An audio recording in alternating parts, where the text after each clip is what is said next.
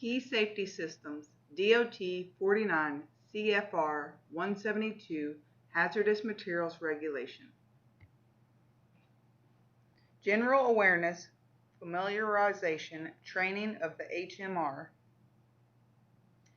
The definition of a HazMat employee includes anyone employed by a HazMat employer who during the course of employment loads, unloads, or handles hazardous material, manufactures, tests, reconditions, repairs, modifies, or marks, or otherwise represents packaging as qualified for use in the transportation of hazardous materials, prepares hazardous materials for transportation, is responsible for the safety of transporting hazardous materials, operates a vehicle used to transport hazardous material, perform any function subject to the HMR, or perform a function directly affecting hazardous materials transportation safety.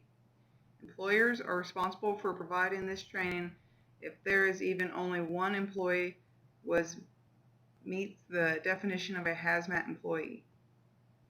Required training. Each HazMat employee shall be provided general awareness training designed to provide familiarity with the requirements of this subchapter and to recognize, identify hazardous material consistent with the Hazard Communication Standard. A HazMat employee is employed by a HazMat employer directly affects the safety of hazardous materials, transportation, and could be self-employed. General awareness, in-depth security, security awareness, safety, function specific. General awareness means you can recognize and identify hazardous materials in your job. Function specific training. Each HazMat employee must be provided function-specific training so that they have knowledge of the specific requirements of the HMR that apply to the functions he/she performs. Safety training includes emergency response information, self-protection measures, accident prevention. Hazardous material training. Training to the HMR must be a systematic program covering the required topics, meet the minimum requirements, be completed within 90 days of hire and every 3 years following. Hazardous material. DOT used the international standard for classifying explosives. Class 1 explosive, Class 2 gases, Class 3 flammable liquids, Class 4 flammable solids, Class 5 oxidizers and organic peroxide, Class 6 poisonous materials, infectious substances, Class 7 radioactive materials, Class 8 corrosive materials, Class 9 miscellaneous hazardous materials. The only hazardous material dislocation ships are the airbag inflators, called safety devices, and the finished airbags assembly. Employee protection from the hazards associated with the hazardous materials. No jewelry is to be worn in the airbag area. Special care should be given while handling the inflator manifold assembly, and the inflator manifold with cushion pack. While handling the module, it should always be in front or to the side of your body. The direction of the cushion should always be directed away from the body or other people and obstructions. Any dropped inflators should be placed in the red bin for consideration by the team coordinator. Some airbag modules contain a TRU unit or a Hertenberger unit. Damaged TRU units or Hertenberger units should be brought to the attention of your supervisor. These cannot be placed in recycling containers. Keep TR units in the cushion pack. These TR units cannot be removed from the cushion pack. Please report any damage to the wire or connectors on the inflator assemblies to the quality department. Do not attempt to make any repairs to the wiring. Please make sure you review work instructions form for all processes on your line per TS 16949 requirements. TRU units. TRU unit outside of cushion pack. These are shipped from our Mexican facility already installed in the cushion pack. TRU unit installed in cushion pack ready for assembly by assembly tech. These units must not be taken out of cushion pack. Hertenberger units. Hertenberger units shipped for assembly in modules by assembly techs. Hertenberger unit installed in finished PAB module. Damaged units should be brought to the attention of supervisor.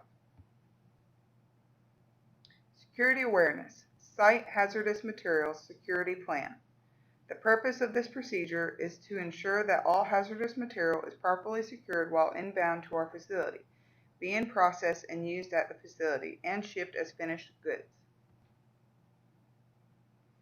Receipt of inbound hazardous materials. Receipt of all hazardous materials will be scheduled in advance of arrival. No unscheduled shipments will be allowed. KSS material planners, buyers, place all orders for inbound shipment of hazardous materials and is tracked to ensure they are received.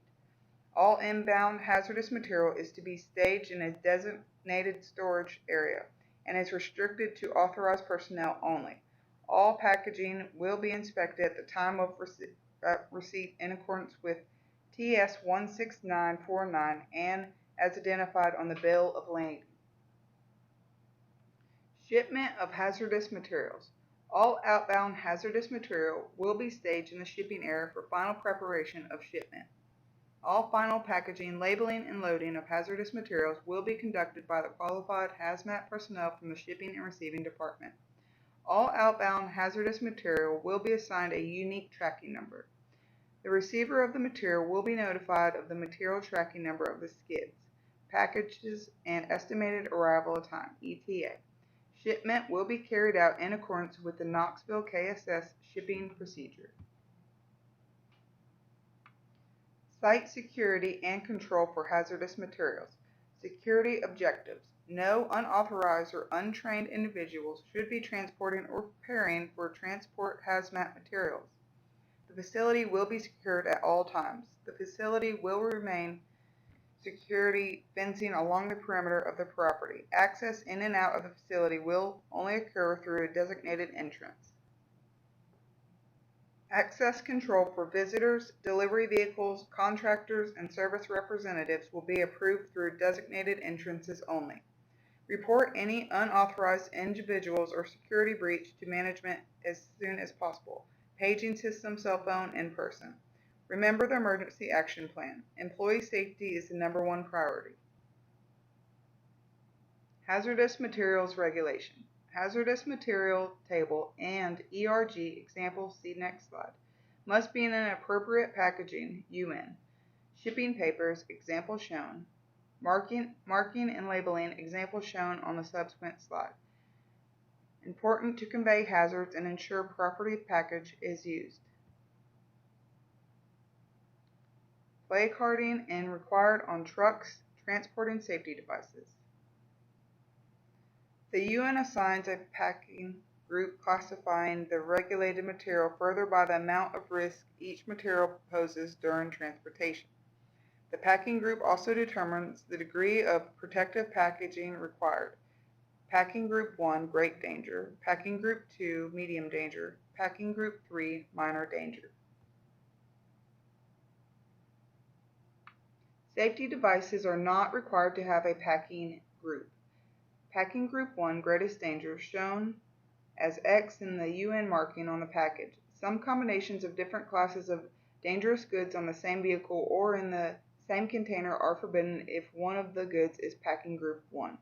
Packing Group 2, medium danger, shown as Y in the UN marking on the package. Packing Group 3, least danger, shows as Z in the UN marker on the package.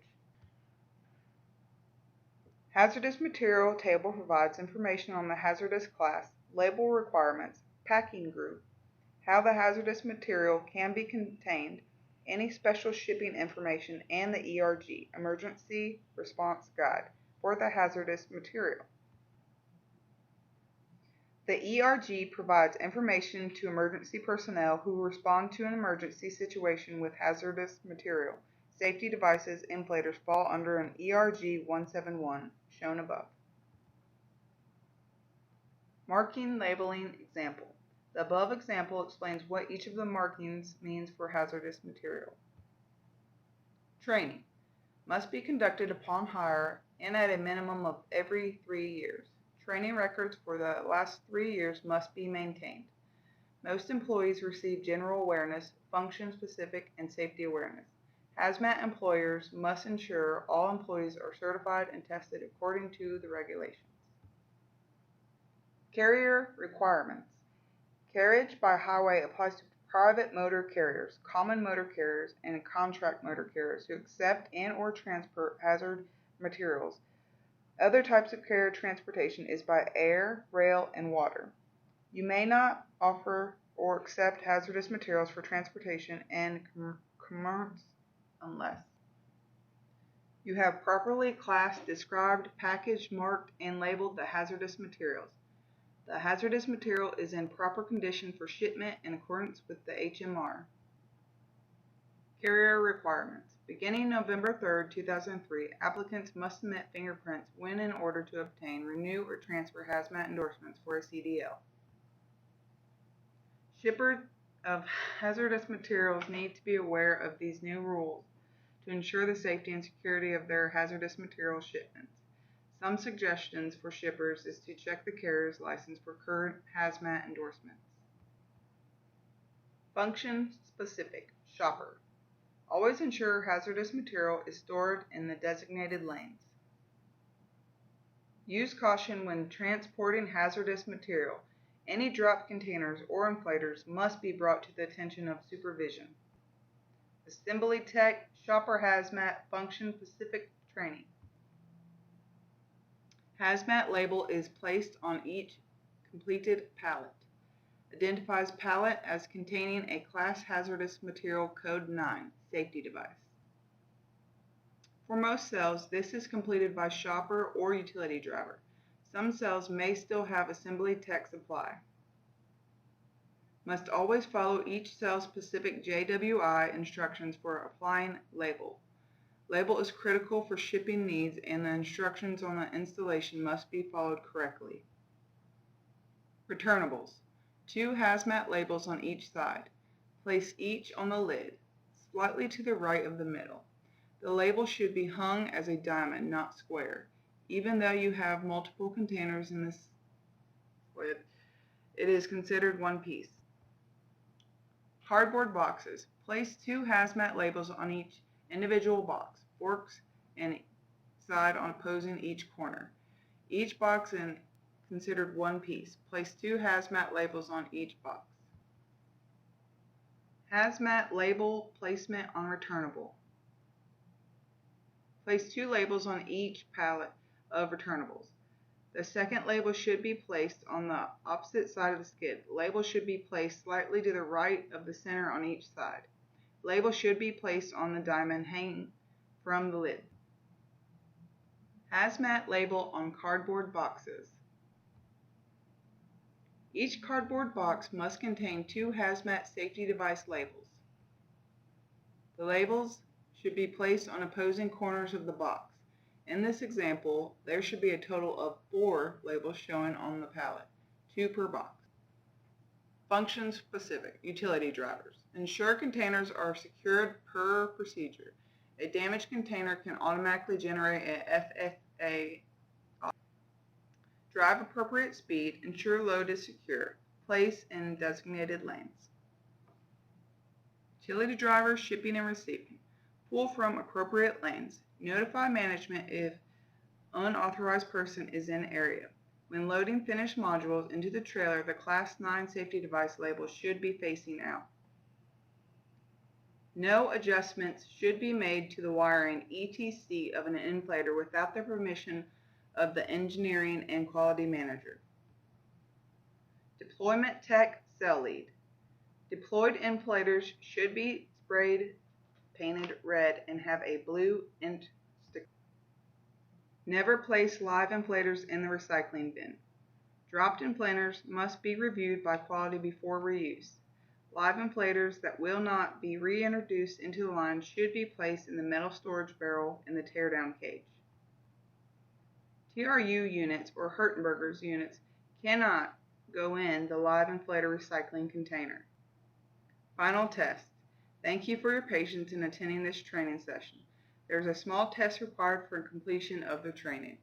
Ensure you have signed the training form and turned in your test.